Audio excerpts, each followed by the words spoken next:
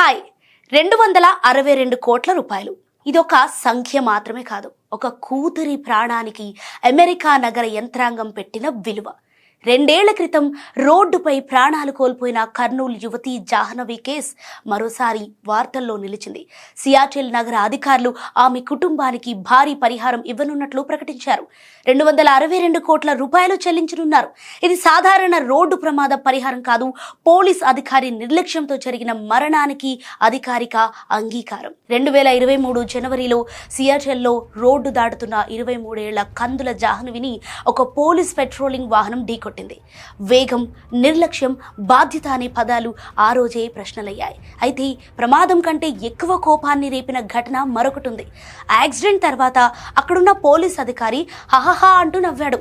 ఆమె సాధారణ వ్యక్తి అని చెబుతూ $11,000 ఇస్తే సరిపోతుందని వ్యంగ్యంగా మాట్లాడాడు. ఇది అమెరికా పోలీస్ వ్యవస్థ తీరును ప్రపంచానికి చూపించిన ఘటనగా నిలిచింది. కనీస మానవత్వం లేని పోలీస్ వ్యవస్థగా అప్పటికే అమెరికాకు చెడ్డ పేరు ఉంది. కర్నూలు జిల్లాకు చెందిన కందుల జాహ్నవి ఉన్నత విద్య కోసం అమెరికా వెళ్ళింది. 2023 జనవరిలో ఆమెని పోలీస్ వాహనం ఆమెను ఢీకొట్టింది. దర్యాప్తు నివేదికల ప్రకారం వాహనం గంటకు 100 కిలోమీటర్లకు పైగా వేగంతో ప్రయాణిస్తున్నట్టు సమాచారం. ఇక ప్రమాదం తర్వాత ఆమెను ఆసుపత్రికి తరలించినప్పటికీ ప్రాణాలు దక్కలేదు. అయితే ఇది అక్కడితో ముగియలేదు. ప్రమాదంపై విచారణ జరుగుతున్న సమయంలో పోలీస్ అధికారుల మధ్య జరిగిన సంభాషణ ఆడియో బయటపడింది.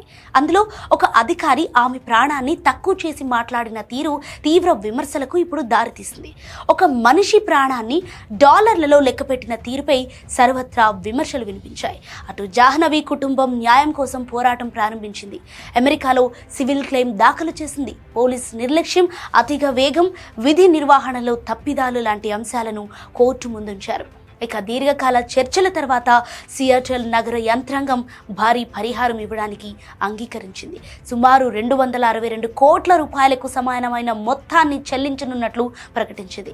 ఇది అమెరికాలో పోలీస్ వాహనం కారణంగా జరిగిన మరణాల్లో అత్యంత పెద్ద పరిహారాల్లో ఒకటిగా నిలుస్తోంది.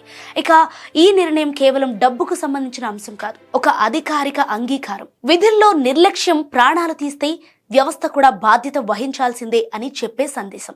పోలీస్ అధికారుల మాటలు, వారి ప్రవర్తన, వారి వేగం అన్నీ ఇప్పుడు మరింత పరిశీలనలోకి వచ్చాయి.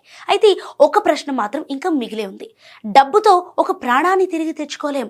ఆ తల్లిదండ్రుల కూతురు తిరిగి రాదు. కానీ ఈ పరిహారం కనీసం ఒక వ్యవస్థకు పాఠం నేర్పితే అదే సంతోషం అంటున్నారు ప్రజలు.